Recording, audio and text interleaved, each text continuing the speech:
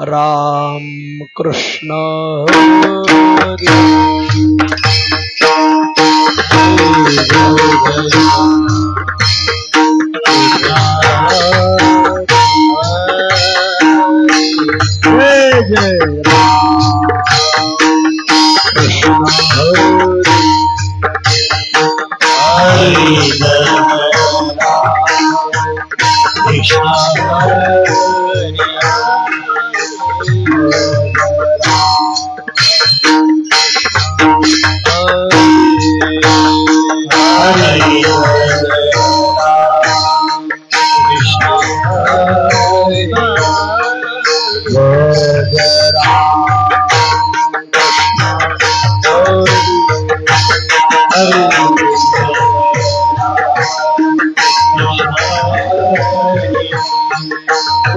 जय जय राम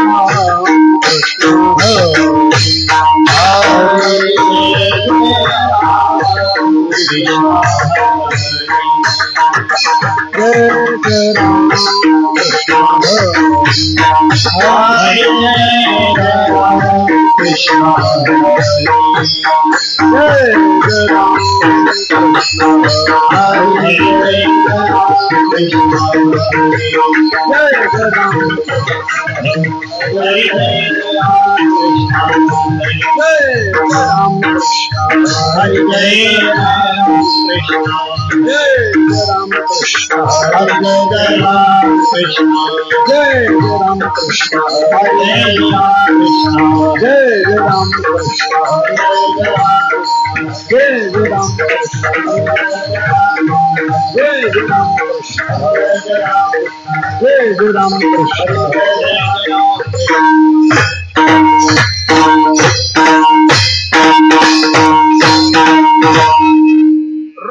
पाहता लोच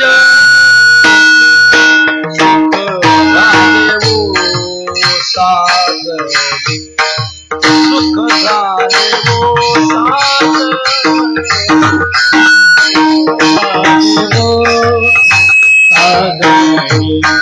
रूप पाहता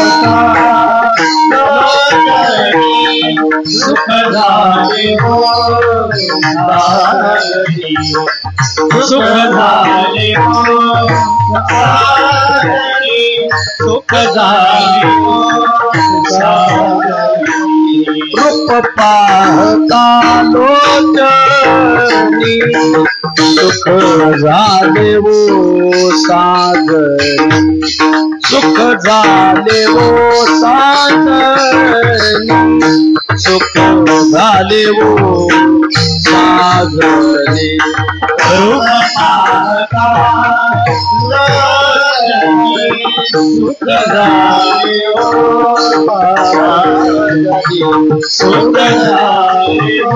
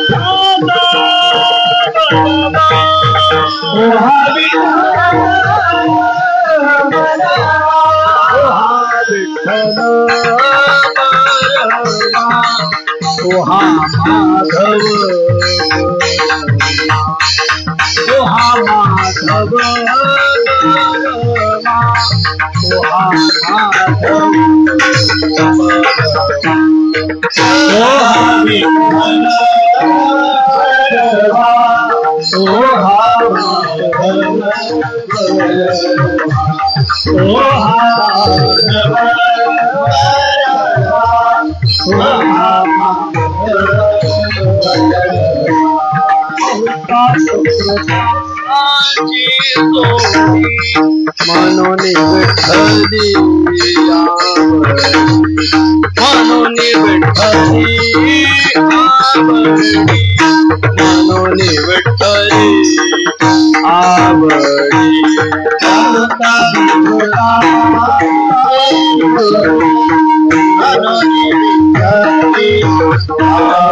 मनोनी विठ्ठली आवडी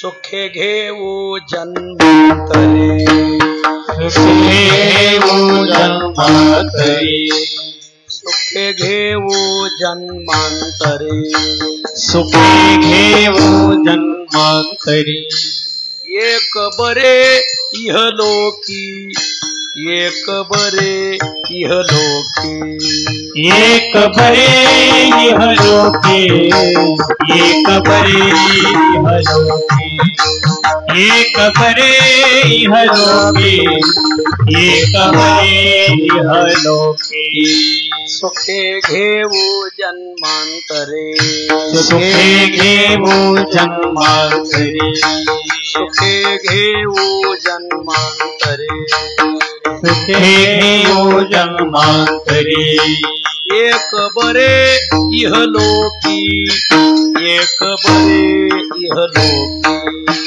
एक बरे इहलोके, एक बरे इहलोके, एक बरे इहलोके, एक बरे इहलोके, पंढरीचे वार करी, पंढरीचे वार करी, पंढरीचे वार करी, पंढरीचे वार करी, होता थोरी जोडी हे, होता थोरी जोडी हे, होता थोरी जोडी हे, होता थोरी जोडी हे, होता थोरी जोडी हे, होता थोरी जोडी हे, हे तो आले अनुभवा, ये तो आले अनुभवा, हे तो आले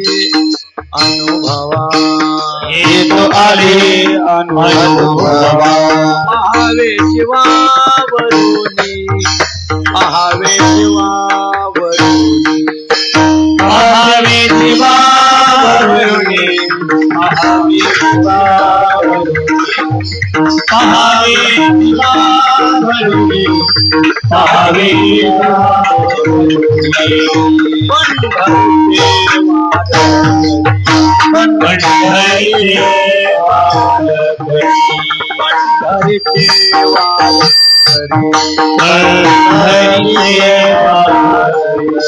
होता थोरी जोडी है होता थोरी जोडी होता थोरी जोडी होता थोरी जोडी होता थोरी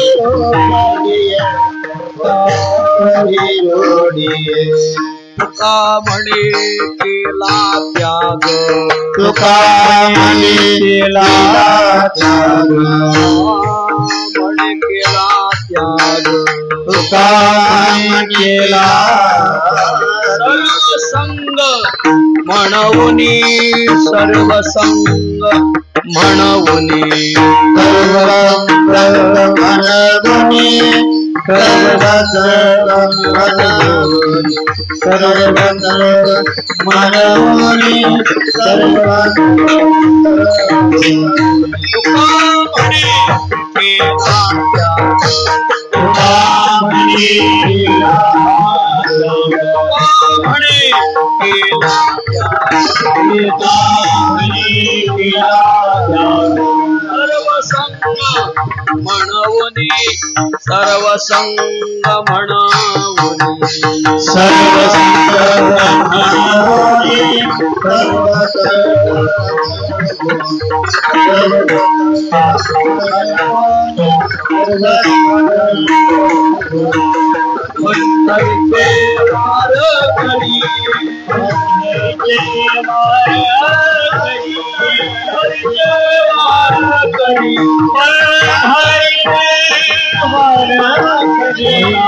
थोड़ी थोड़ी है थोड़ी थोड़ी है थोड़ी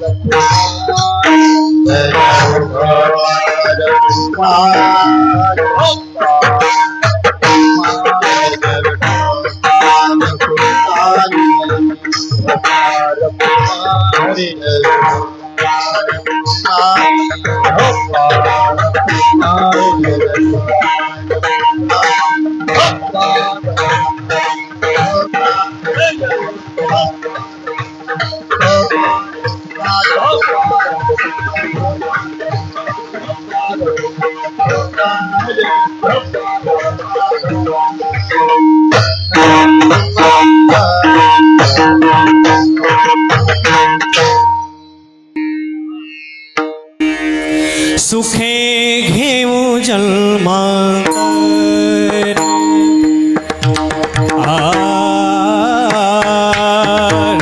सुखे घेऊ जन्मा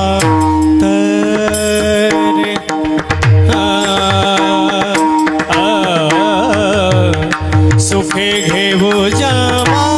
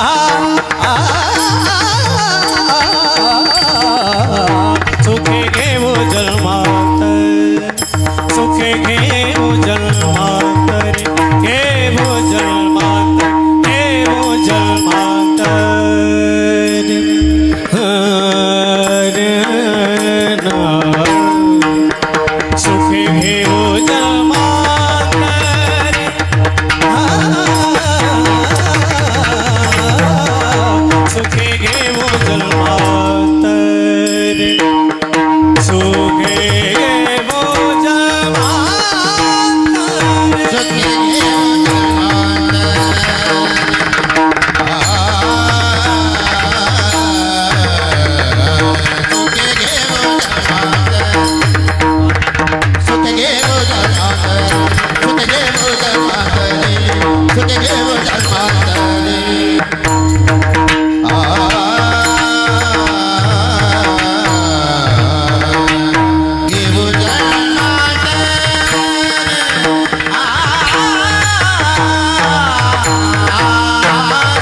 घेवो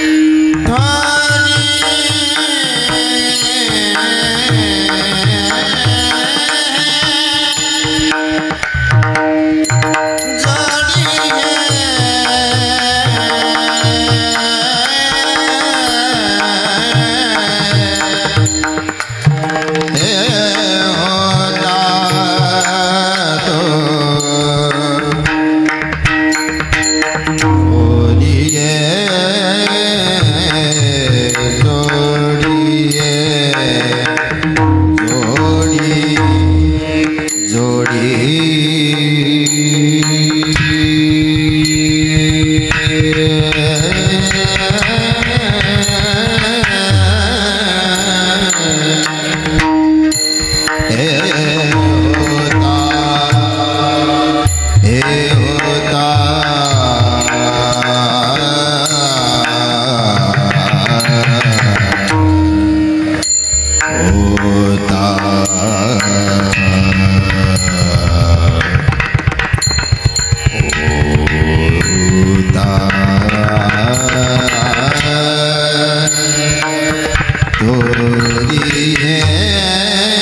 जो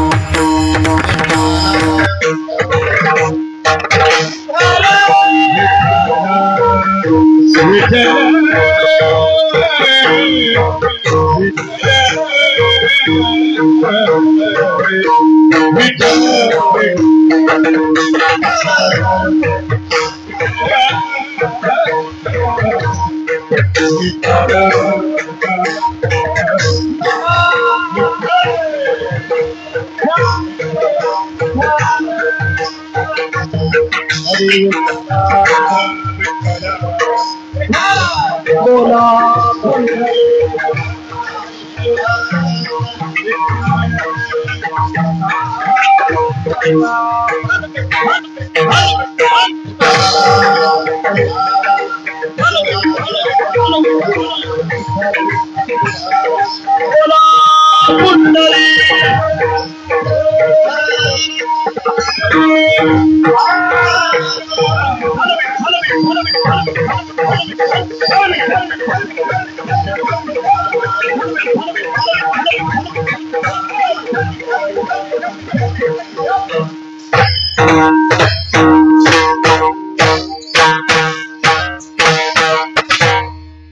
सुखे घेऊ जन्मांतरे, सुखे घेऊ जन्मांतरे, एक बरे इहलोकी, पंढरीचे वार करी, होता थोरी जोडी हे तो आले अनुभवा, बसा, हे तो आले अनुभवा, पहावे जीवावरुनी, पंढरीचे वार करी, होता थोरी जोडी तुका म्हणे केला त्याग, तुका म्हणे केला त्याग, सर्व संग म्हणवनी, पंढरीचे वार करी, होता थोरी जोडी विठ्ठल.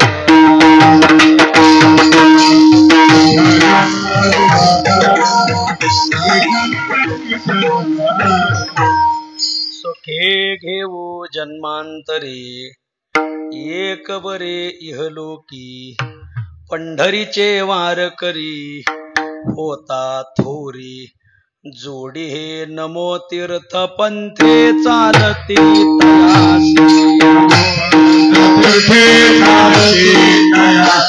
नमो तीर्थ पंथे चालते तयासी, नमो तीर्थ पंथे चालते तयासी, येती बोलवित त्यांसी नमो, येती बोलवित त्यांसी नमो, येती बोलवित त्यांसी नमो, नमो तीर्थ पंथे चालते तयासी,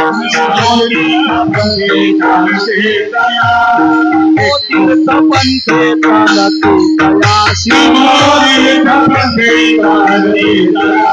येती बोलवित त्यांसी नमो,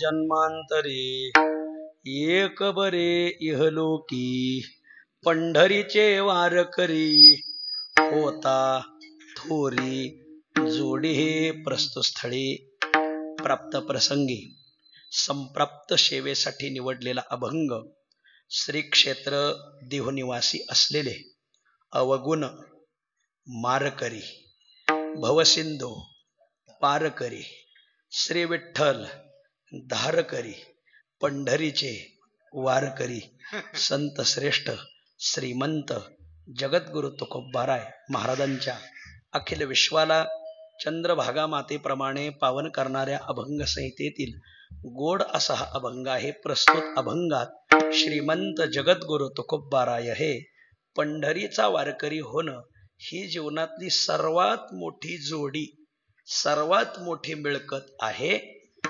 हा माझा अनुभव आहे आणि ही मिळकत मिळविण्यासाठी मी भगवंताने इतरही जन्म दिले तर ते जन्म मी सुखाने घेईन अशी एक प्रकारची प्रतिज्ञाच आजच्या अभंगात करतात. अभंगावर काही विवेचन करण्यापूर्वी दोन शब्दाचा अल्पसा परिहार देणं अत्यंत अगत्य आहे. पुण्य सलीला गोदावरी माईच्या उगमाने मर्यादा पुरुषोत्तम प्रभू रामचंद्रांच्या पादस्पर्शाने आद्य ज्योतिर्लिंग भगवान त्र्यंबकेश्वराच्या वास्तव्याने विश्वगुरु श्रीमन निवृत्तीनाथ महाराजांच्या संजीवन समाधीने पावन झालेला जिल्हा, गुणीजनांचा आशिक जिल्हा नाशिक जिल्हा. या पुण्यपावन नाशिक जिल्ह्यामध्ये, पुण्यपावन नाशिक तालुक्यामध्ये पुण्यपावन आदर्श गाव शिंगवे बहुला आणि या शिंगवे बहुला गावामध्ये परमार्थ करणारे अनेक परिवार त्या अनेक परिवारापैकी परमार्थाला जोडच नसलेला परिवार मोजाड परिवार.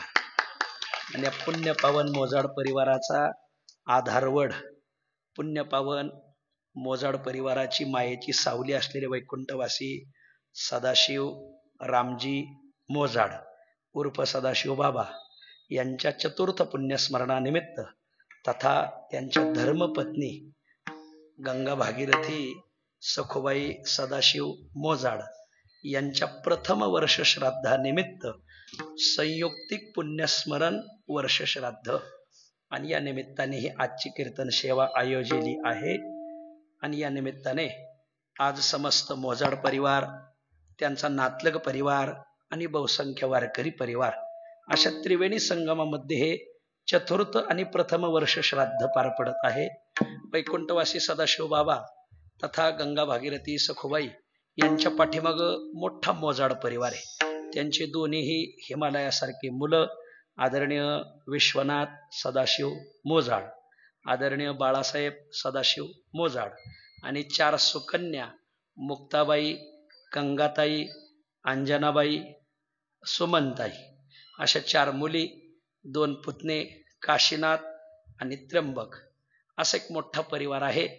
आणि ज्यांचं पुण्यस्मरण आहे त्यांचे नातू आपल्या सर्वांचे गुरुबंधू, ज्यांची थाप ऐकल्याशिवाय नाशिकला आल्यासारखं वाटतच नाही. नाशिकच्या कला विश्वातील अंधकार ज्यांच्यामुळं निघून गेला असे दिनेश महाराज मोजाड. आणि महाराजांनी मोठ्या आग्रहाने ही सेवा माझ्या गळ्यात घातली आणि ज्यांच्या अध्यक्षतेखाली, ज्यांच्या नेतृत्वाखाली उत्सव चालतो ते आमचं सर्वांचं श्रद्धास्थान आदरणीय उमेशजी महाराज दशरथ. आदरणीय उमेशजी महाराजांमुळे बघ पहिल्या प्रथम पुण्यस्मरणाला सदाशिवबाबांच्या उद्धवजी महाराज, मग मला वाटतं द्वितीय पुण्यस्मरणाला आदरणीय चंद्रशेखर महाराज, तृतीय पुण्यस्मरणाला आदरणीय चैतन्य महाराज आणि चतुर्थ पुण्यस्मरण माझ्याकडं, कारण माझं नाव छोटे माऊली, 5वं पुण्यस्मरण मोठं करायचंय म्हणून उमेश बाबा. आणि मग या निमित्ताने आज सगळाच परिवार आलेला आहे. ज्यांचं पुण्यस्मरण आहे चतुर्थ ते सद्गुरू मामासाहेबांचे कृपांकित होते. मामांची त्यांना माळ होती. अरे हे फॅन स्वबदाराला हवा घालताय का? तर ते तोंडीकडे घाला की. तसं त्यांना हवा घालावंच लागेल आता. असं असं असं असो असो असो का नाही, गरम आहे ना वातावरण. तर ज्यांचं चतुर्थ पुण्यस्मरण आहे ते आदरणीय सदाशिव बाबा यांना सोनोपंत मामांची माळ. नाशिकला आमच्या संस्थेची सगळी मंडळी यायची, खूप मंडळाची. भगोरला मामा राहायचे, मारुतीबा गुरव राहायचे. मारुतीबांच्या चरित्रात भगोरचं खूप वर्णन आलेलं आहे. आणि मग काल परवा मारुतीबांचं पुण्यस्मरणच कीर्तन मंदिरात करतो त्याच्यामुळे मला ते माहिती आहे. आणि मग मामा खूप यायचे इकडं काळाराम मंदिरात, इकडे तिकडे. मग मामांच्या कीर्तनात चाल म्हणायला 2 साधू राहायचे. त्यात आदरणीय आमच्या सर्वांचे गुरुदेव माधव बाबा घुले आणि आदरणीय सदाशिव बाबा. पट्टीचे म्हणणारे, गोड गोड म्हणणारे, सुंदर म्हणणारे. बाबांनी गोड भजन म्हणावं. भजनाची एवढी आवड होती की गावात राहिल्यावर ताल पक्का होईल किंवा टाळ पक्का होईल हे लक्षात येणार नाही, म्हणून ते पंचवटीला खास टाळ शिकायसाठी त्याचे पंढरी महाराज की खूप खूप आवडीने शिकायचे. टाळ शिकायला जायचे पंचवटीला. आणि मग चांगलं टाळ वाजायला शिकले, भजन शिकले, सांप्रदायिक चाली. आणि मग माधवबाबा आणि त्या दोघांनी सदाशिवबाबांनी खूप चाली म्हणायच्या. बाबांनी रोज भाजनाला कुठंतरी जावं, रोज कीर्तनाला जावं. आणि त्यांच्या धर्मपत्नी सखुबाईंनी मात्र संसार आवरावा. कारण जरी एक व्यक्ती बाहेर गेली तरी स्त्री ही अर्धांगिनी म्हटलेलं आहे. अर्धम भार्या पुरुषस्य, पुरुषाचं अर्ध अंग पत्नी म्हटलेली महाराज. आणि मग खूप आईसाहेबांनी सर्व संसार आवरून धरला. आणि मग आजोबाची परंपरा, सदाशिव बाबांची परंपरा त्यांच्या चिरंजीवानी सांभाळली. विश्वनाथ भाऊ असेल, बाळासाहेब असेल, खूप गोड म्हणतात. आमचे दिनेश महाराजांचे वडील खूप चांगलं म्हणतात. दिनेश महाराजांचे वडील आणि आई मागच्या अधिक महिन्यात आपल्या आदरणीय एकनाथ महाराज गोळे सर यांनी जो पंढरपूरला सप्ताह केला त्यात मला 8 दिवस नामदेव महाराजांचं चरित्र सांगितलं आणि रामकृष्ण महाराजांनी तुकोबराचं चरित्र सांगितलं. या कार्यक्रमाला दोघंही होते. आम्ही महाराजांचे आई वडील बरं का. म्हणलं अरे हो हो वा.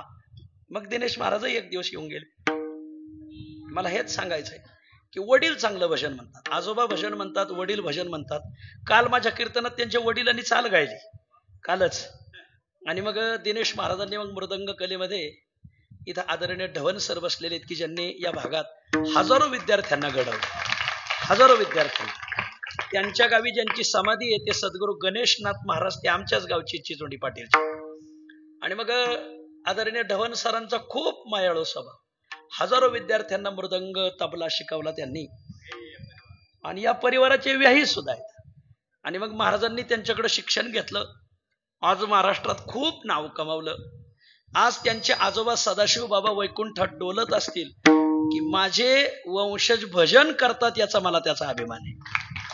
मग असं एक आदर्श घराणं, या घराण्याने खूप भजन केलं, खूप परमार्थ केला. आणि सोनोपंत मामांच्या कीर्तनात चाली म्हणाव्यात. आणि दिनेश महाराजांनी मृदंग कलेतून एवढं सुंदर नाव कमवलं की आज महाराष्ट्रामध्ये जे काही ठराविक मृदंग नित्यात त्यांचं नाव अग्रगणी. आदरणीय रामकृष्णजी महाराज लहवीतकर आले. जर सर्वांनी जोरदार टाळ्या वाजवून स्वागत.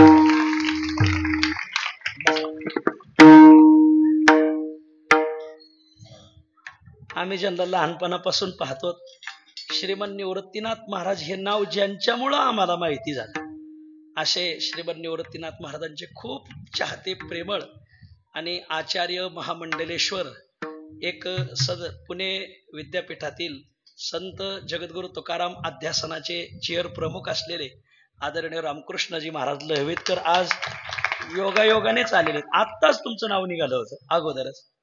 आणि मग असं दिनेश महाराजांनी खूप मोठं चांगलं नाव केलं.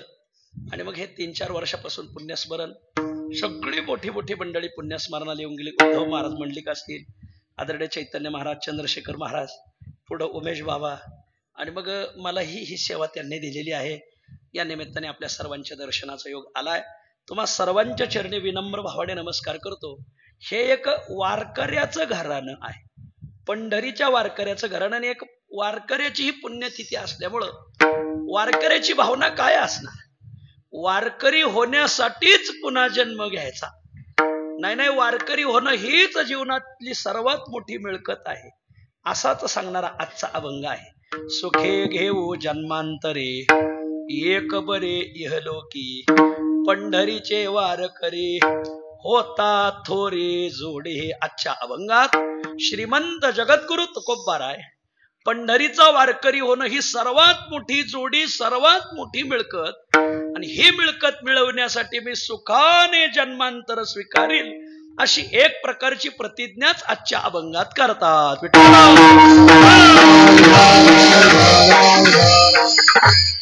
या मृत्यू लोकामध्ये जर आपण नजर टाकली तर सध्या प्रत्येक जण जोडीच्या माग लागलेला आहे. सध्या प्रत्येक जण मिळकतीच्या माग लागलेला आहे.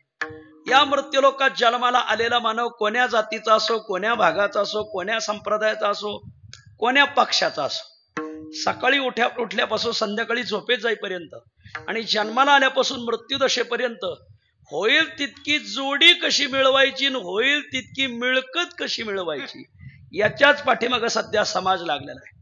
सध्या माणसाला मिळकतीचं भूत लागलेलं आहे, भूत. अरे राम राम राम राम, काय मिळकतीच्या मागे समाज लागलाय, काय सांगावं तुम्हाला. त्याचे काही प्रकार पाडून सांगू का? सध्या माणसं मिळकतीच्या मागे लागलेले आहेत. बालपणात मिळकत, तरुणपणात मिळकत, म्हातारपणात मिळकत, बर, अनुकूल अवस्थेत मिळकत, प्रतिकूल अवस्थेत मिळकत, घरच्याकडून मिळकत, बाहेरच्याकडून मिळकत, हयातीत मिळकत, गेल्या पाठी मिळकत, असं जोडीचं म्हणजेच मिळकतीचं भूत माणसाला लागलंय बेटा.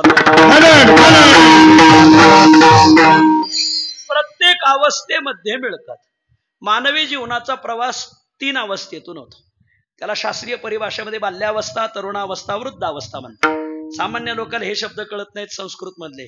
आपल्या नाशिक जिल्ह्याच्या भाषेत त्याला 3 पण म्हणतात: बालपण, तरुणपण, म्हातारपण. त्याच्यातही असं एक पण झाल्यावरच एक पण येतं, 2-2 पण संघच येत नाहीत. बालपण गेल्यावर तरुणपण येतं, तरुणपण गेल्यावरच म्हातारपण येतं. म्हातारपण गेल्यावर पण येत नाही, आलं तर सरपण येतं. तर या तीनही पणामध्ये, तीनही अवस्थेमध्ये माणसं मिळकतीच्या मागे लागलेत. बालपणाची मिळकत, तरुणपणाची मिळकत, म्हातारपणाची मिळकत.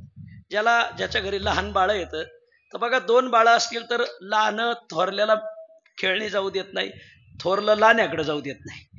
काही बाळ तर रात्री झोपताना खेळणी घेऊन झोपतात. महाराज वा, याला माझं बाळपणाची मिळकत. तरुणपणाची मिळकत. हल्लीचे तरुण तर मिळकतीसाठी कोण्या थराला जातील सांगताच येत नाही. महाराज सध्या मिळकतीचं खूप वादळ उठलेलं आहे तरुण अवस्थेमध्ये. हल्लीचे तरुण खूप मिळकतीच्या मागे लागले. एक मुलगा लग्नाला आला, त्याचे मामा गावातच होते. मामा म्हणले, अरे सचिन लग्न करणार का नाही? सचिन म्हणला, तर लग्न करणार. मुलगी पाहिली का? म्हणले, मग? म्हणले, कोणाची? म्हणले, मामा तुमचीच. मामा आहे, सचिन आहे का? बर, पण सचिनचं झालंय का? बर बर, मामा आहेत का? बरं असं. सचिन म्हणला, मामा तुमचीच मुलगी. मामा म्हणले, हे तुला मुलगी देणार नाही. सचिन म्हणला, कशी मिळत नाही मी पाहतो. हल्लीचे तरुण मिळकतीसाठी कोण्या थराला जातील सांगता येत नाही. नेमकी 15 दिवसात गावची ग्रामपंचायतची निवडणूक लागली. मामा जरा रसिक होते. मामाने ज्या मतदारसंघातून अर्ज टाकला, भाषाने त्यांच्याच विरोधात अर्ज टाकला. मामा म्हणले, अरे मी माझ्या बहिणीला सगळं दिलंय, चला अर्ज काढून घे. सचिन म्हणला, अर्ज तसा काढणार नाही, पहिली पोरगी द्या मग अर्ज काढतो. अखेर शेवट मामालाही असले अडचणीचे बाळतपण करायचा नादच होता. मामाने आपली मुलगी दिली, सचिनने अर्ज काढून घेतला. सचिनला निवडणूक लढायची नव्हती, मिळकत मिळवायची होती. बालपणात मिळकत, तरुणपणात मिळकत, म्हातारपणात मिळकत. म्हातारे मी मिळकतीला खूप तरसत येत. आता वय झालंय, दुसऱ्याला संधी दिली पाहिजे, थांबून घेतलं पाहिजे. नाही नाही नाही महाराज, त्यांना तर असं वाटतंय की कवा तरणे खाली बसत तर आम्ही पुन्हा उभे कसे राहतो. महाराज म्हातारपणाची मिळकत. आता जाऊ द्या, त्याला खूप दृष्टांत सांगत असतो, ते खेडोपाडी सांगायचे असते. मिळकतीला अवस्थेचं बंधन नाही माऊली. सगळ्या अवस्थेची बंधनं ओलांडून माणसं मिळकतीच्या मागे लागले. प्रत्येक अवस्थेत मिळकत. परत अनुकूल अवस्थेत मिळकत, प्रतिकूल अवस्थेत मिळकत. अनुकूल अवस्थेत मिळकत म्हणजे जुन्या काळातल्या आणि आत्ताच्या काळातल्या खूप फरक आहे महाराज. जुन्या काळामध्ये दिंड्या राहायच्या. आदरणीय महाराज रामकृष्णजी महाराज यांच्या काळात दिंड्या राहायच्या, पण बिची नाचायची. प्रत्येकाने आपापलं बनवून खायचं. ह्या मंडळीने स्वयंपाक करून हाताने करून खाऊन वारी केलेली, मग असं बनवून खायचं. पण आता खूप अनुकूल अवस्था झालेली. आता दिंडीमध्ये भिशी भरली का दुपार सकाळचा नाश्ता भेटतो, दुपारचं जेवण भेटतं, संध्याकाळचं जेवण भेटतं. सकाळी भेटल्यावर दुपारी भेटतच, दुपारी भेटलं तरी संध्याकाळी भेटतच.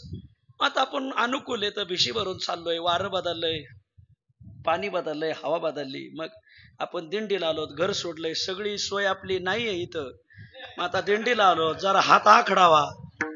अनुकूल आहे, भिशी भरलेली, हातच आखडणार नाही.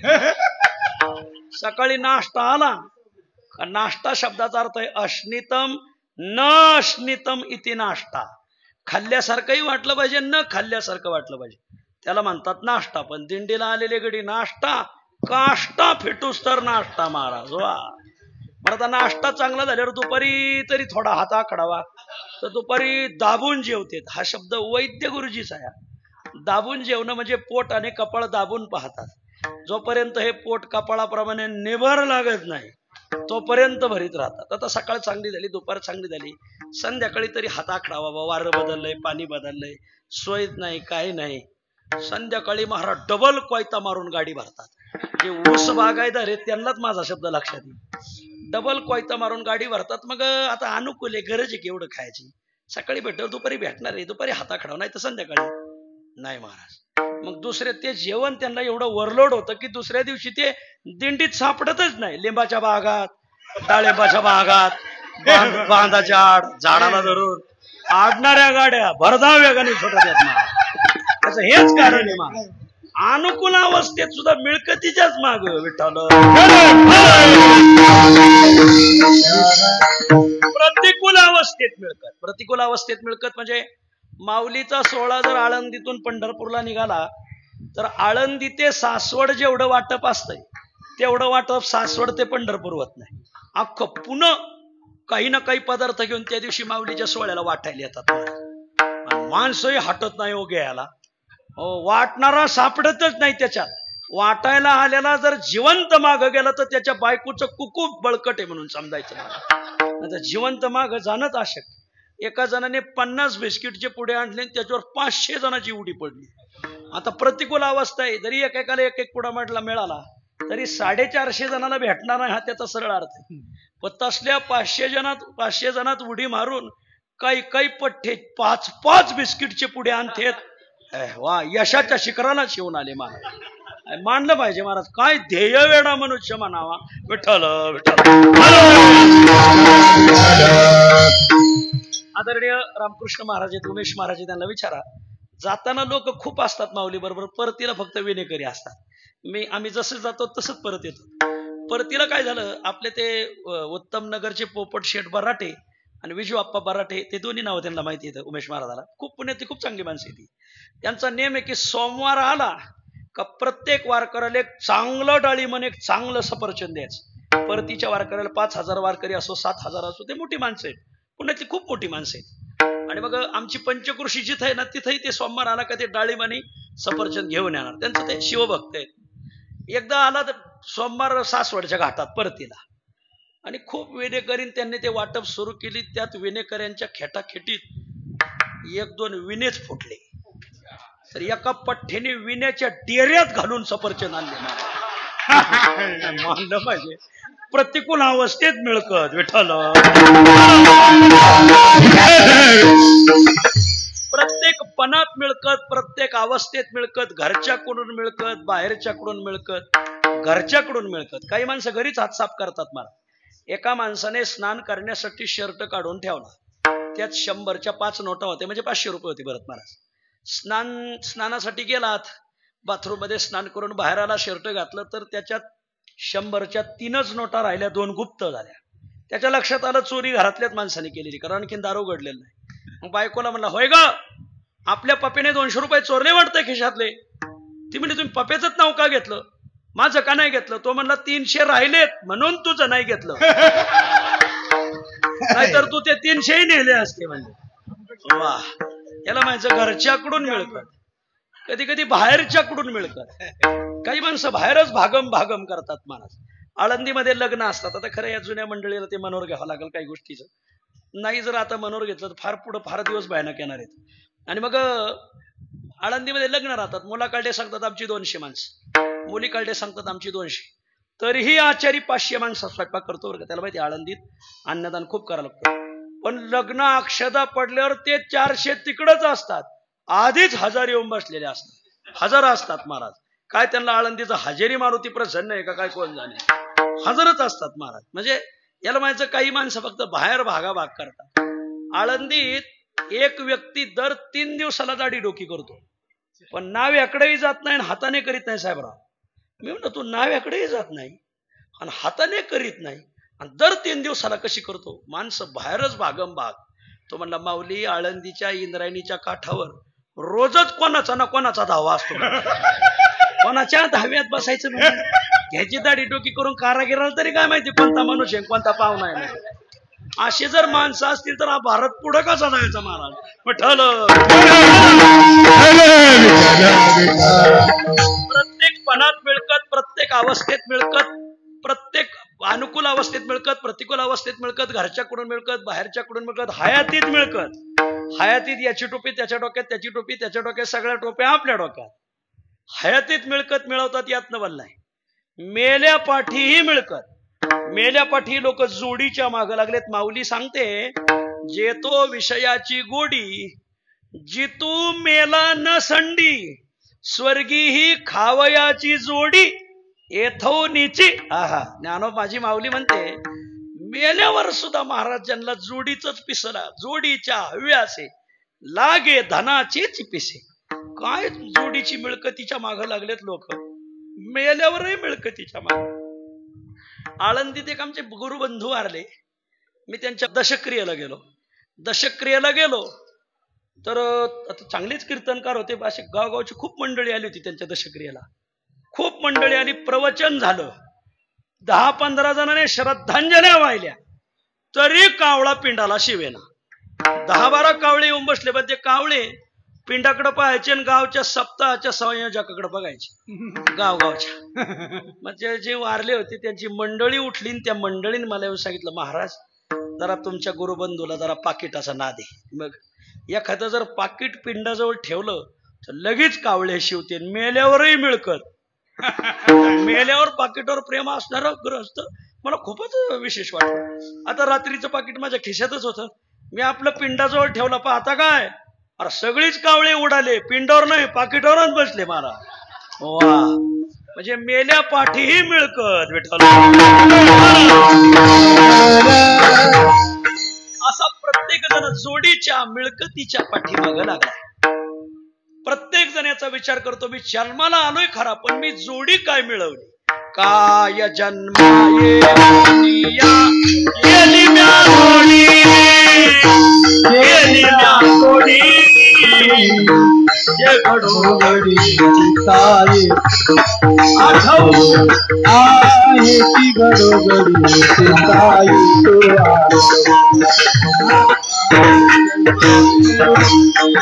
गेली या जोडी, गेली या जोडी,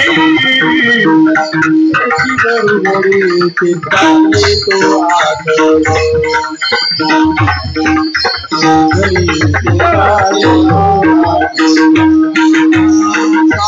जन्माये ओनिया गेली म्या जोडी, गेली म्या जोडी, हाची घडोघडी चिताये हाची घडोघडी चिताये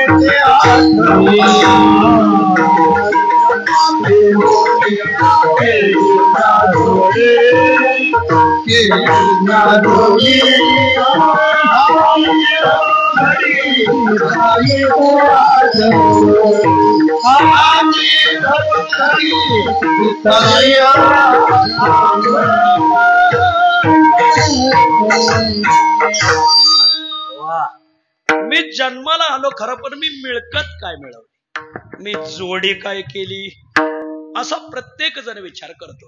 आणि मग प्रत्येक जण सध्या मिळकतीच्या मागे लागलाय. आजच्या चिंतनामध्ये आपल्या एक 2-3 जोडीचा विचार करायचा. सर्वप्रथम दुर्जनाची जोडी, 2 नंबरला संसारिकाची जोडी, 3 नंबरला भगवंताची जोडी, 4 नंबरला आमच्या साधूची जोडी.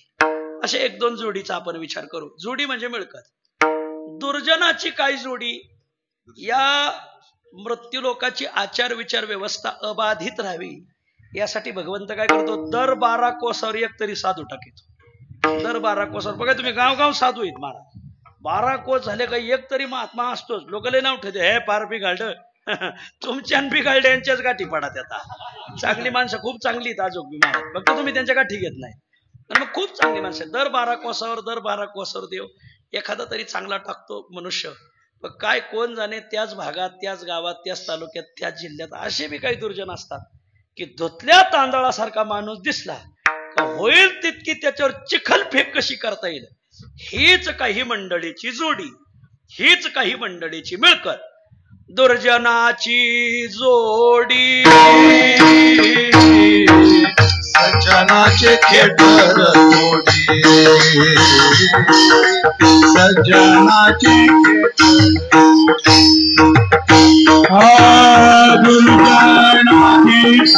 जोडी, सज्जनाचे खेटर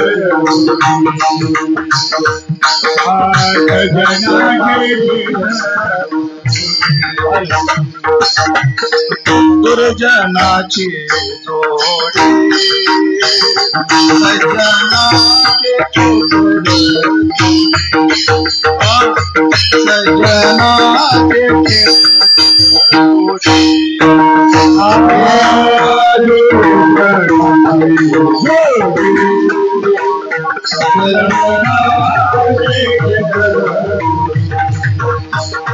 सज्जनाचे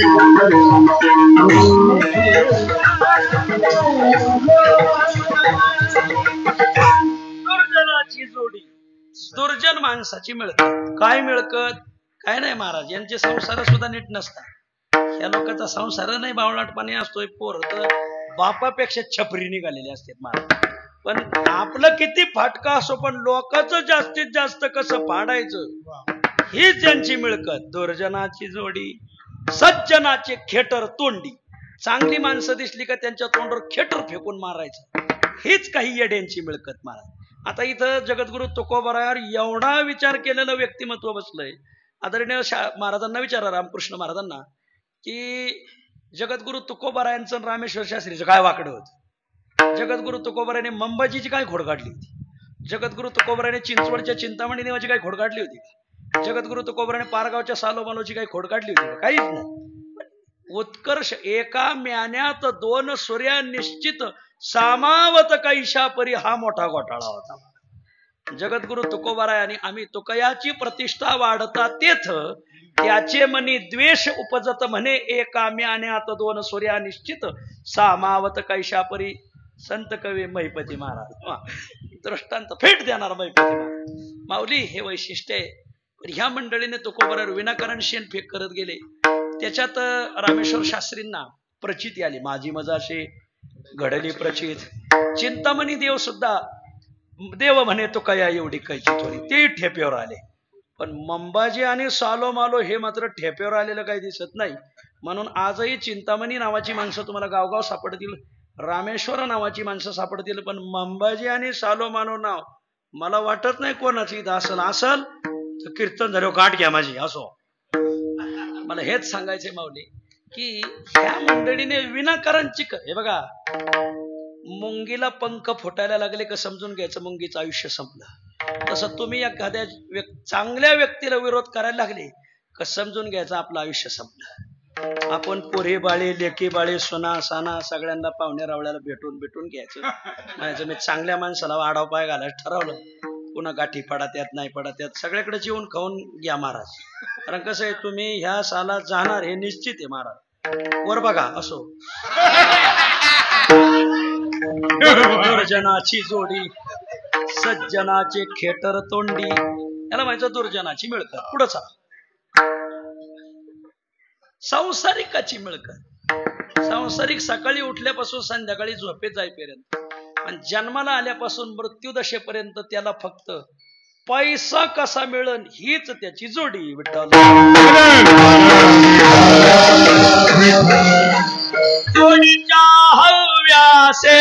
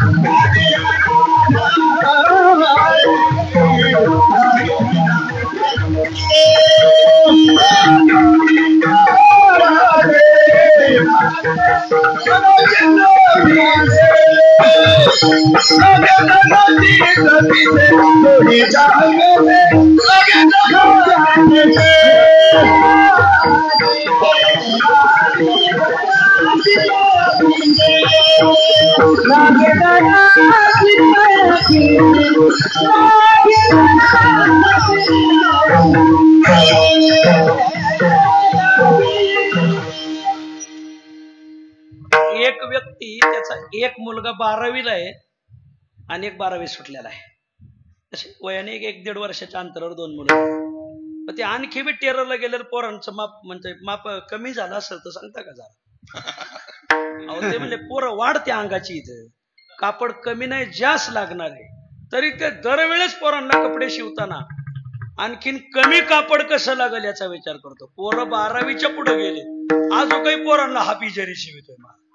एकदा माझी गाठ पडली, म्हणा अरे पोरं 12वीच्या पुढे गेले, वाढते अंगाचे दुहेरी हाडाचे आहेत म्हणला, आणि तू खुशाल त्यांना आपरी जरी शिवतो हापी जरी शिवतो. तो महाराज कशाला एवढा खर्च, म्हणजे गुडघ्याच्या खालचा, कशाला एवढा खर्च, राहू देतात काय असली येडी. पैसा लई काहीच पैशावर प्रेम मारा. पैसा मारो परमेश्वर बीबी मेरी गुरु, बाल बच्चे साधू संत सेवा किसकी करू. मोठ्याच्या मुखातून ऐकलेले असो. असं काहीला पैशाचं भूत लागलेलं असते मला. पैसा मिळवणं हीच मिळकत. जोडीच्या हव्यासे लागे धनाची जी पिसे मग आणि दुसरे लोभ्या नावडती पोरे. वा ऐका, पाहेर रुक्याकडे मग अवघे ओस पडे तुका म्हणे देवा तुला बहुताचा हेवा. संपला माझा विषय. दुर्जनाची मिळकत चांगल्या माणसावर चिखलफेक करणं, संसारिकाची मिळकत पैसा कमवणं. बर, देवाची काय मिळकत आहे? देव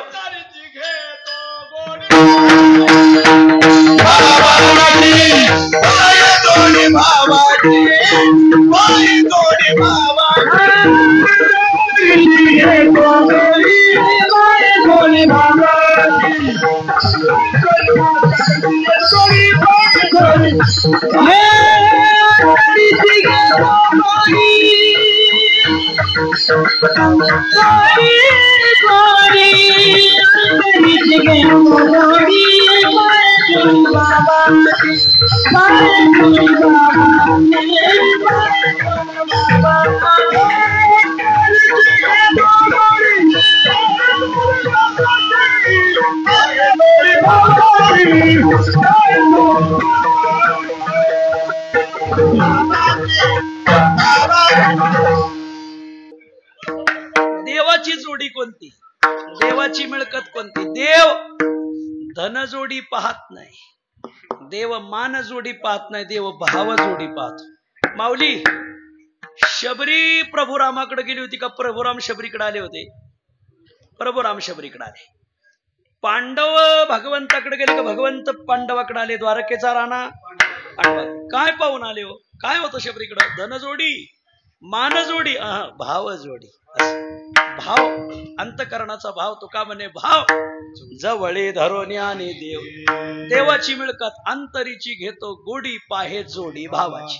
आपण दुर्जनाची जोडी पाहिली चांगल्या माणसावर चिखलफेक करणं, संसारिकाची जोडी पाहिली धन मिळवणं, भगवंताची जोडी पाहिली भाव जोडी. आता साधू सज्जनांची जोडी ऐका. सज्जनाची जोडी चिंतन करणं, सत्समागम करणं आणि वारी करणं, ही आमच्या सज्जनाची जोडी. काय आहे सज्जनाची जोडी? चिंतनाची जोडी.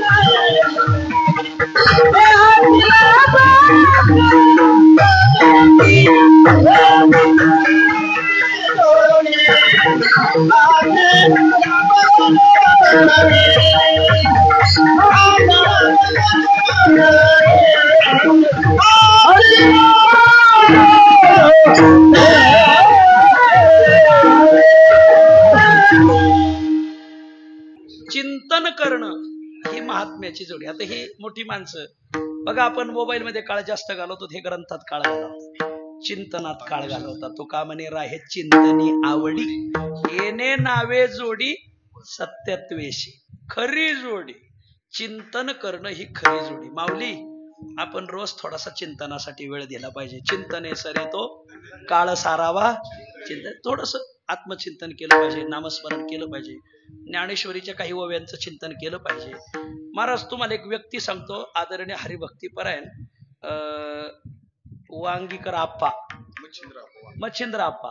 आप्पाला तुम्ही एकदा जवळून पहा महाराज. या माणसाला सकाळी उठल्यापासून ती व्यक्ती सगळे नित्यनेमात काळ घालवते, सदैव चिंतनात काळ घालवते महाराज. खूप चिंतन करत ती व्यक्ती महाराज. आता मी माझ्याही पेक्षा महाराज वैद्य बाबा जवळून पाहिलं, मी वैद्य बाबाला जवळून पाहिलं. खूप चिंतनात काळ. सकाळी ते सगळ्या काकड्याच्या वळी म्हणणार, त्या निळोबराच्या गवळणी म्हणणार, श्री गुरु विठ्ठल महाराज घोले यांना रिकामा पाहिलेला माणूस सापडायचा नाही तुम्हाला. कधीच रिकाम. विचारा महाराजांना, रामकृष्ण महाराज, कधी जा, दार लोटलं सदैव वाचन महाराज. आणि ज्यावेळेस ज्ञानेश्वरी मिटलेली असत त्यावेळेस माळा हातात, सदैव चिंतनात काळा. एकदा मी बुवां बरोबर याला गेलो होतो, मारुती बाबांबरोबर सह्याद्री हॉस्पिटलला. मी संस्थेत असताना गेलो आम्ही सहज. पुढे 1-2 नंबर होते. बुवांनी काढली पंचदशीची पानं. बुवा लागले पंचदशी पाहायला. म्हणलं बाबा हे काय? अरे त्यांनी आपल्याला दुपारी पाठी 4 वाजता आपण जाऊ, 4 वाजेपर्यंत आपल्याला हा विषय सांगायचा म्हणजे आपण पाहिला पाहिजे महाराज. वा, निदान कोणता अभंग घ्यायचाय तो तरी पाहिला पाहिजे. तुका म्हणे का शेणा म्हणे, लय घोटाळा. मला हे सांगायचंय की चिंतनात काळ गेला पाहिजे माणसाचा. चिंतन करणं ही मिळकत आहे. जोडी मावली चिंतनाची जोडी, सत्समागम ही सुद्धा मिळकत आहे. जीवनात आल्यानंतर ही मिळकत मिळवा मावली. आम्हाला काय गरज आहे अशा चांगल्या माणसाच्या पायाजवळ बसायची? अरे बाबड्या, किती लोणकड तुपात तळलेली जिलेबी असेल, पण ती पाकात भिजवल्याशिवाय गोडवा येत नाही सोन्या. मी सांगतो याच्यावर तुझा भरोसा आहे ना? असं असं. आणि म्हणून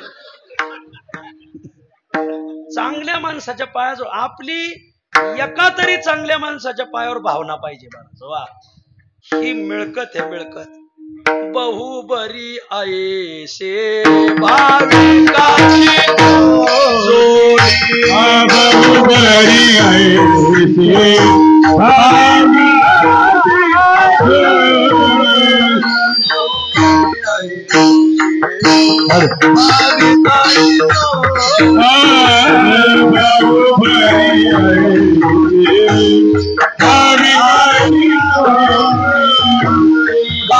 नाही घडी जाता वाया,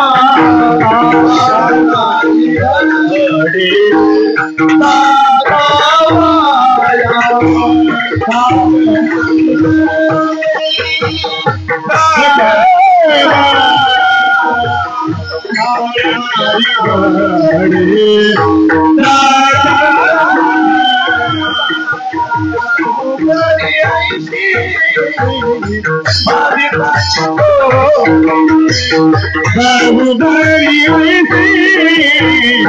जाता वाया.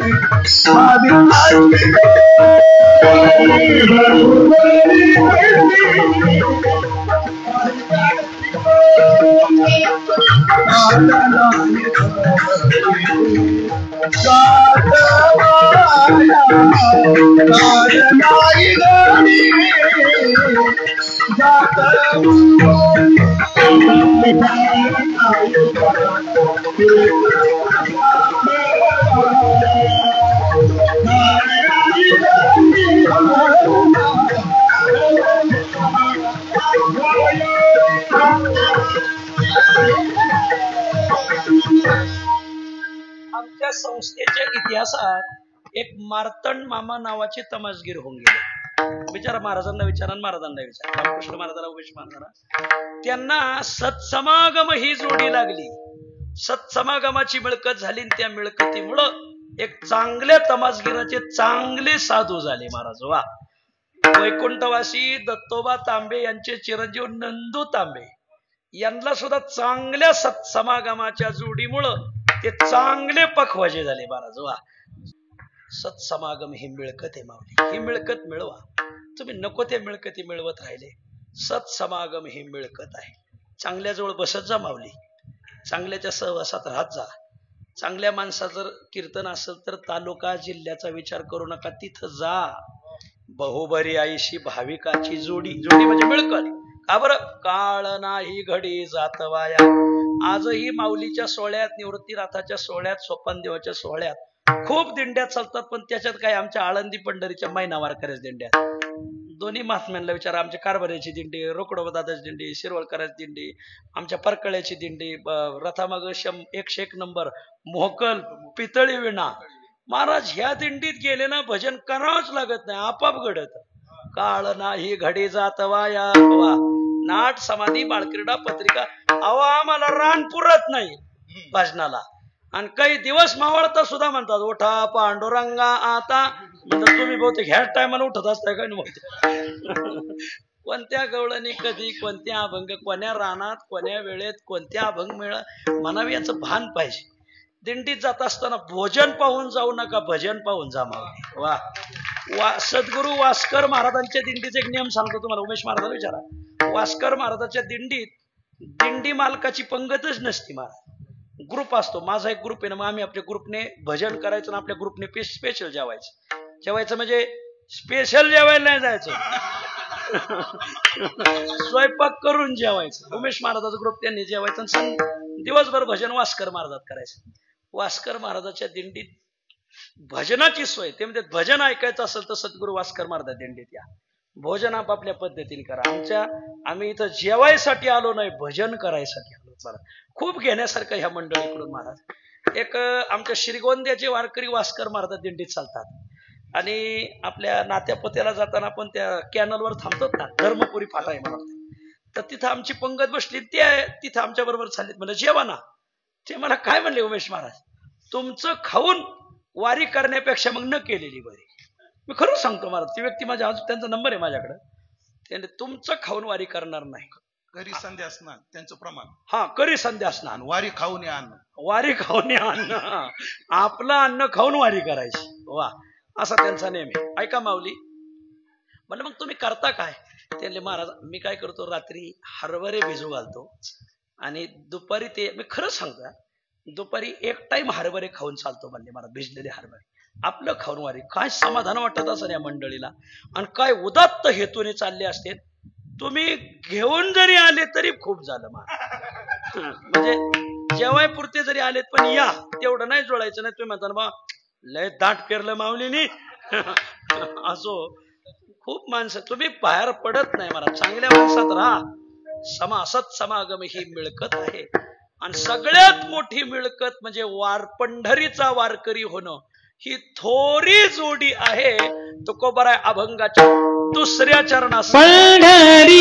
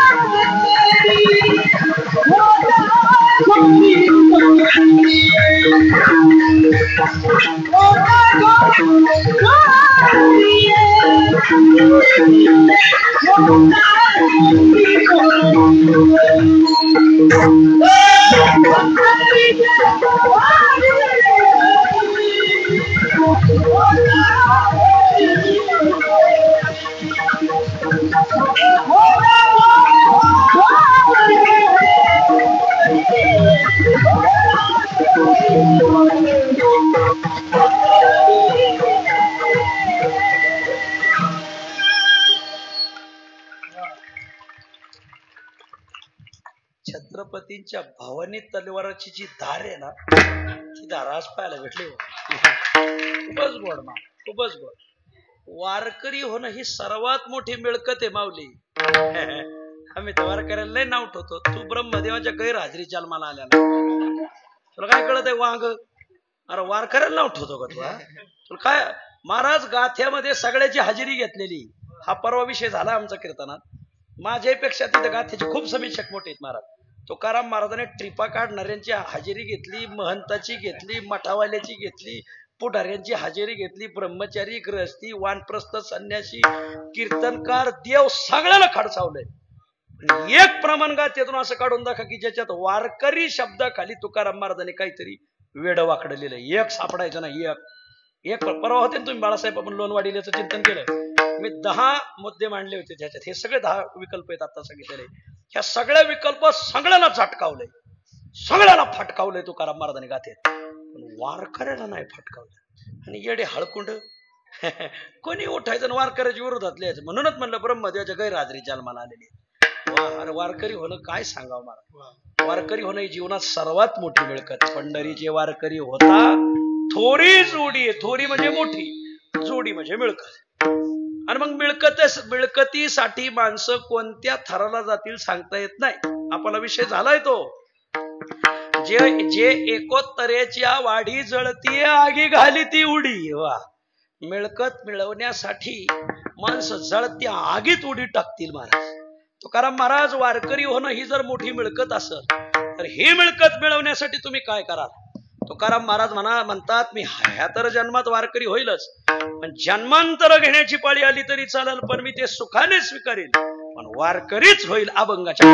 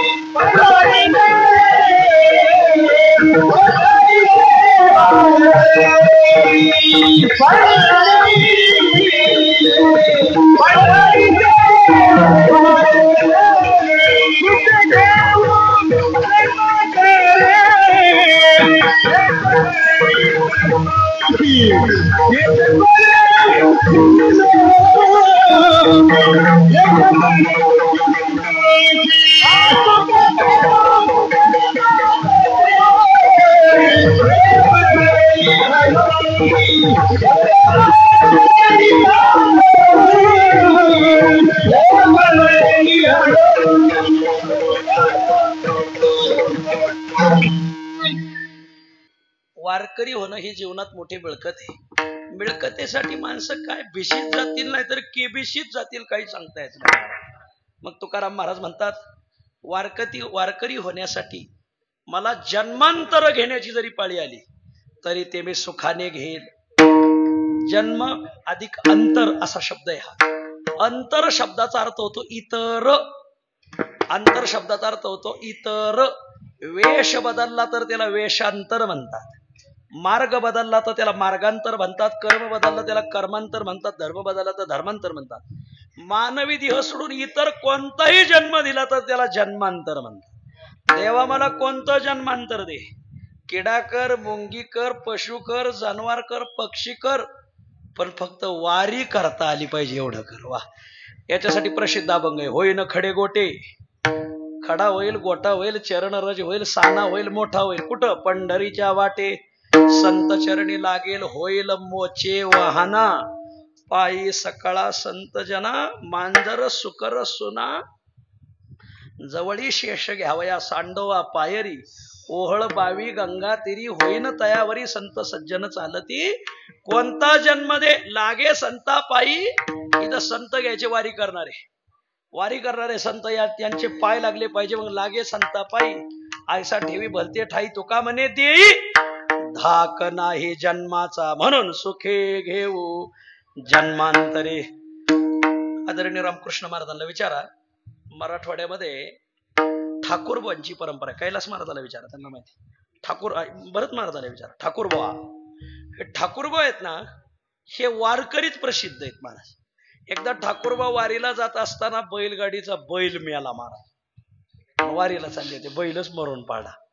आता पेरणीचे दिवस, पेरणीच्या काळात बैल देऊ नाही, दुसरं काही द्यायची पाळी आली तरी चालत, पण बैल देऊ नये अशी जुनी म्हणे. म्हाताऱ्यांना विचार, बैल कोणी द्यायना. ठाकूरबाने बैलाच्या पाठीवर थाप टाकली, बाबड्या अशी मधीच वारी सोडू नाही, उठ बरं. पाठीवर थाप टाकली, मेलेला 2 तासापूर्वी मेलेला बैल तट दिशी उठून बरोबर वारीला लागला. बैल व्हावं पण वारी करणाऱ्या पालखीचं व्हावं. वैद्य गुरुजी म्हणायचे, पुढचा जन्म ज्ञानोबराच्या पालखी ओढणाऱ्या बैलाचा भेटावा, पुढचा जन्म माऊलीच्या पालखी सोहळ्यात, निवृत्तीनाथाच्या पालखी सोहळ्यातला अश्व व्हावं. अश्व त्याला म्हणायचं घे सुखी घेऊ जन्मांतरे. ठाकूरबा वारीला पायी जायचे, नंतर थकले, नंतर घोड्यावर जायचे.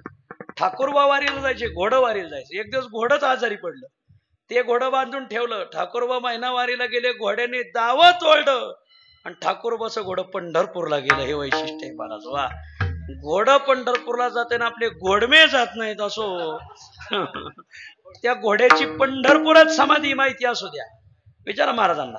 पंढरपुरात वाळवंटात समाधी ठाकूरबाच्या एका घोड्याची समाधी. घोड्या पुढं भजन असतं, घोड्याच्या समाधी पुढं सप्ताह असतो, घोड्याच्या समाधी पुढं पंक्ती बसतात माऊली. आपल्या थडग्याला बी कोणी पाणी घालेन का नाही, मोठा प्रश्न आहे.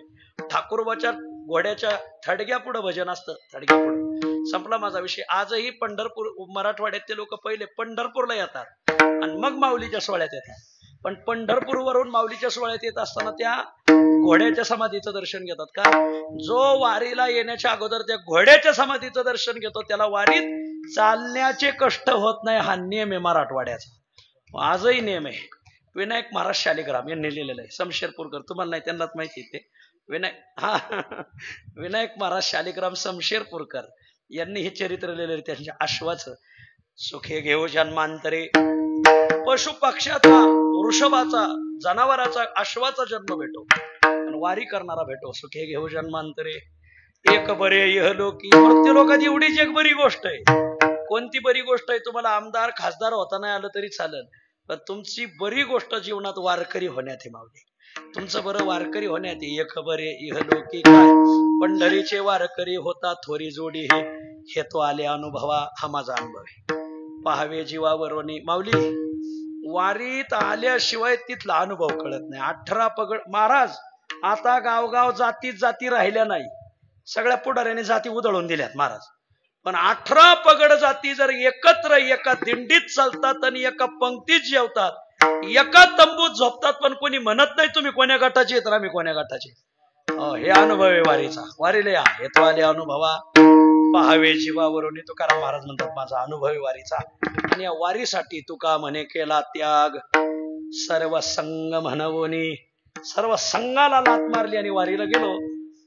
इथं आदरणीय अमोल महाराज बडाखे यांना विचारा, श्रीरामपूरवरून खंडाळ्याला जाताना, खंडाळा म्हणजे तो खंडाळा नाही, श्रीरामपूर खंडाळा म्हणतात त्याला. श्रीरामपूरहून खंडाळ्याला जाताना, खंडाळ्याहून श्रीरामपूरला येताना रेल्वे ट्रॅक ओलांडावा लागतो.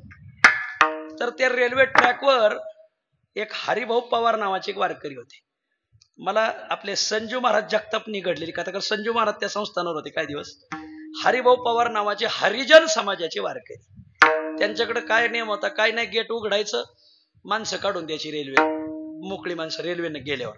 रेल्वेला गेट बांधून थांबायचं, थांबा माऊली रेल्वे जाऊ द्या मग जा. हरिभाऊ पवाराचा नियम. प्रसंग असा झाला, वारी आली, त्यांनी महिनाभर आधी अर्ज केला इंग्रज प्रशासनाला, वारी आली, मला वारीला जायचं, मला 15 दिवसात सुट्टी द्या. इंग्रज प्रशासनाने स्पष्ट सांगितलं, वाट वारी, वारी काय प्रकरण म्हणले, मान्य नाही, अर्ज नामंजूर आला. मग त्यांनी परत 3 दिवसात अर्ज केला, मला दशमी एकादशी द्वादशी 3 दिवसापुरतं जाऊ द्या, मी माझा रेल्वेने जाईल. नाही म्हणले, नामंजूर. काय करावं, वारीला जावं तर नोकरी सुटन, आपण हरिजन समाजाची माणसं, परत नोकरी भेटायची नाही, आणि इथं राहावं तर वारी सुटल. वारी सोडावं का नोकरी सोडावं, तुम्ही काय सोडलं असतं? खात्रीने सांगा, तुम्हाला पप्पीची शपथ आहे. बोला, खाली काय पाहताय, वर बघा. तुम्ही वारीच सोडली असती महाराज. हरिभाऊ पवार यांनी ते गेट बांधून घेतलं, माणसं मरू नये म्हणून, गेले वारीला. हरिभाऊ पवार वारीला. भगवंताला काळजी पडली, इंग्रज प्रशासने ह्या वारकऱ्याला छळील, जगाचा मालक गेट उघडायला हरिभाऊ पवाराचं रूप धरून महाराज, जगाचा मालक. रेल्वे गेली का देव तिथं हजर, गेट उघडायचं, रेल्वे गेली का गेट उघडायचं, माणसं जाऊन द्यायची. रेल्वे आली का गेट बांधून घ्यायचं, थांबा माऊली, जाऊ द्या रेल्वे. रेल्वे गेली का, जा माऊली, रेल्वे येईपर्यंत लवकर जा. 3 दिवस दशमी एकादशी द्वादशी देवाने सह्या करायच्या त्यांच्या कामाच्या सगळ्या. हरिभाऊने तिथं दशमी एकादशी द्वादशी सोडली, पांडुरंगाला नमस्कार केला. अहो पांडुरंगा, रखुमाईच्या कांता, निरोप द्यावा, आता येतो आम्ही. देवा, आता ही शेवटची वारी येणं होणार नाही. त्यांच्याबरोबर खंडोबाची वाकडी इथली तिथली मंडळी, ही गावं फक्त आम्हाला महाराजांना माहिती नाही, ही तिथल्या परिसरातली मंडळी त्यांच्या बरोबर होती. ते म्हटले, देवा, आता ही शेवटची वारी, इथून गेल्यावर इंग्रज प्रशासन फाशी देणार. आणि मग हरिभाऊ श्रीरामपूरला आले आणि देव पंढरपूरला गेले. हरिभाऊ दुसऱ्या दिवशी दाखल झाले, प्रशासकीय अधिकाऱ्यासमोर हात थरथर कापू लागले. दुर्जनाचं भय असतं महाराज सज्जनाला, दुर्जनाचे भय धरावे त्या परी पिसाळल्यावरी धावे श्वान. तुकाराम ते थरथर कापू लागले. काय झालं हरिभाऊ, 3 दिवस काय व्यवस्था लावली असेल आणि माझ्यामुळं काय दुरावस्था झाली असेल, याबद्दल मी क्षमा मागतो. लोक म्हणे, काय क्षमा मागता? हो, मी 3 दिवस वारीला गेलो होतो म्हणून क्षमा मागतो. अहो, तुम्ही 3 दिवस इथंच होते. आता ते खंडोबाच्या वाकडीची काढले तिकडले वारकरी काय बोलताय का, आम्ही सगळे संगतच होतो. काय मारायचं असं तर तसं मारावं, पण अशी चेष्टा करून मारू नका. अहो, तुम्ही इथंच होते, हे तुमच्या सह्या बघा. आणि रजिस्टर उघडलं, ज्या पानावर सह्या केल्या होत्या त्या पानावर तुळशीचा बुक्का, तुळशीची पानं पडलेली पाहिल्यावर हरिभाऊच्या लक्षात आलं, मी वारीला गेलो पण जगाचा मालक इथं गेट उघडायला आला होता. आजही त्या सह्या पाहायला भेटतात. मग वैकुंठवासी सद्गुरू नारायणगिरी महाराज यांनी त्या रेल्वे स्टेशनवरच पांडुरंगाचं मंदिर बांधलंय. विचारा किशोर महाराजाला. चौकी, त्या चौकीवर यशवंत बाबा चौकी, त्या तिथंच मंदिर बांधलं. आणि मंदिर बांधल्यावर आजही ज्यांना आषाढी वारीला जाणं होत नाही, लोक ते तिथं दर्शनाला जातात महाराज. हे वैशिष्ट्य आहे, याला म्हणायचं. मग त्याच्यावर ते आल्यावर त्यांनी ते राजीनामाच दिला, ही नोकरीच नको, की माझ्या जगाचा मालक माझ्यासाठी गेट उघडायला येतोय. तो का म्हणे, केला त्याग, नोकरीचा त्याग केला, सर्व संग म्हणवरी, आणि वारकरी झाले. पंढरीचे वारकरी होता थोरी जोडी. असे कोण होते?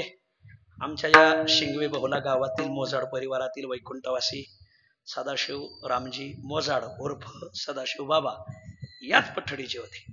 जन्मभर वारी, जन्मभर भजन, सोनू मामांच्या कीर्तनात चाली म्हणाव्या, मुलगाही भजन म्हणतोय, नातू मृदंग वाजवतोय. खूप चांगला परिवार उभा केला. परिवाराला भजनाचे संस्कार अनुबंधाने पुढे दिले आणि ते चालवलंय. आदरणीय दिनेश महाराजांचा एक भक्ती परिवार खूप मोठा असल्यामुळं खूप वजनदार माणसं इथं आली. मला परवाच दिनेश महाराजांनी लोणवाडीला सांगितलं होतं की खूप खूप मोठी मोठी माणसं येणार आहेत रामकृष्ण महाराज हे. आता सगळी शहाणी आली, सगळी मोठी आली. मग मोठ्यात कीर्तन एखाद्या छोट्याच ठेवलेलं म्हणून छोटे माऊली, दुसरं काय नाही. कारण इथं दुसरा एखादा मोठा उभा केला असता तर एखाद्याच त्याला बोलवलं, मला नाही बोलवलं, ते बोलला तर एखाद्या, मी काही बोललो त्याला राग येत नाही महाराज. का लहान पोरगे काही बोललं ते काय त्यानंतर महाराज असंही. आणि म्हणून हे माझ्या गळ्यात कीर्तन घातलं. या निमित्ताने सर्व आज गान गंधर्व सगळे कलाकार मंडळी इथं आले. सर्वांचं मोजाड परिवाराच्या वतीने मीच हार्दिक अभिनंदन करतो. आणि आज जसे 4थ्या पुण्यस्मरणाला आले तसे 5व्या पुण्यस्मरणाला सुद्धा गात नाचत बागडत या. आणि पंढरीची वारी आहे तर नाही निवृत्तीनाथांबरोबर 27-28 दिवस चालता आलं तर निदान 20 दिवस चाला. नाही 20 दिवस तर निदान 15 दिवस तरी जा माऊली, नाही 15 दिवस तर निदान 10 दिवस तरी चला. महाराज गेले तर आपण घरी राहण्यात मजा नाही. छत्रपती लढायला चालले आणि तानाजी माणूस रे म्हणजे नाही नाही, मी लढलं पाहिजे. तुम्ही लढायला जायचं आणि मी लग्नात रायबाच्या लग्नात बसायचं याच्यात मजा नाही. असं आहे, मी लढायला गेलं पाहिजे. नाही 10 दिवस तर 5 दिवस जा. तुम्ही महिना महिना सासूरवाडीला राहता, वर बघा मग महिना महिना सासूरवाडीला राहता, मग काय 5 दिवस गेले काय बिघडल का? मी म्हणतोय 5 दिवस नाही 2 दिवस जा. पण त्या पांडुरंगाचा नियम असा आहे, त्याला चालावं लागत. असं आहे ते, बाकीच्या दैवताला काही लागत पण याला काही लागत नाही. याचा नियमच हा, याला चालावं लागत. 1 दिवस का होईना या बाबासाठी कोणी सगळेजण चाला. तो का म्हणे तुम्ही चाला याची वाटे, भरवशेने भेटे पांडुरंग, अशी सर्वांना हे इच्छा प्रकट करतो आणि शेवेला पूर्ण विराम.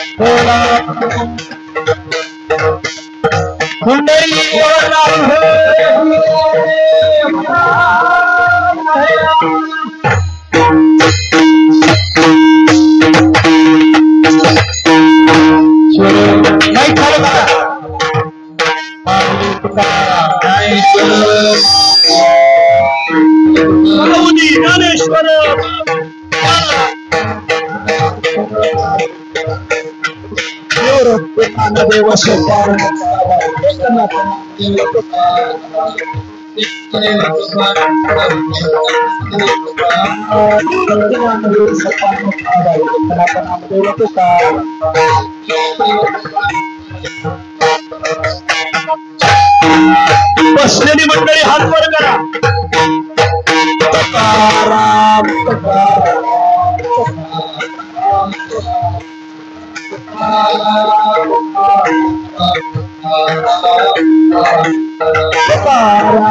तुकाराम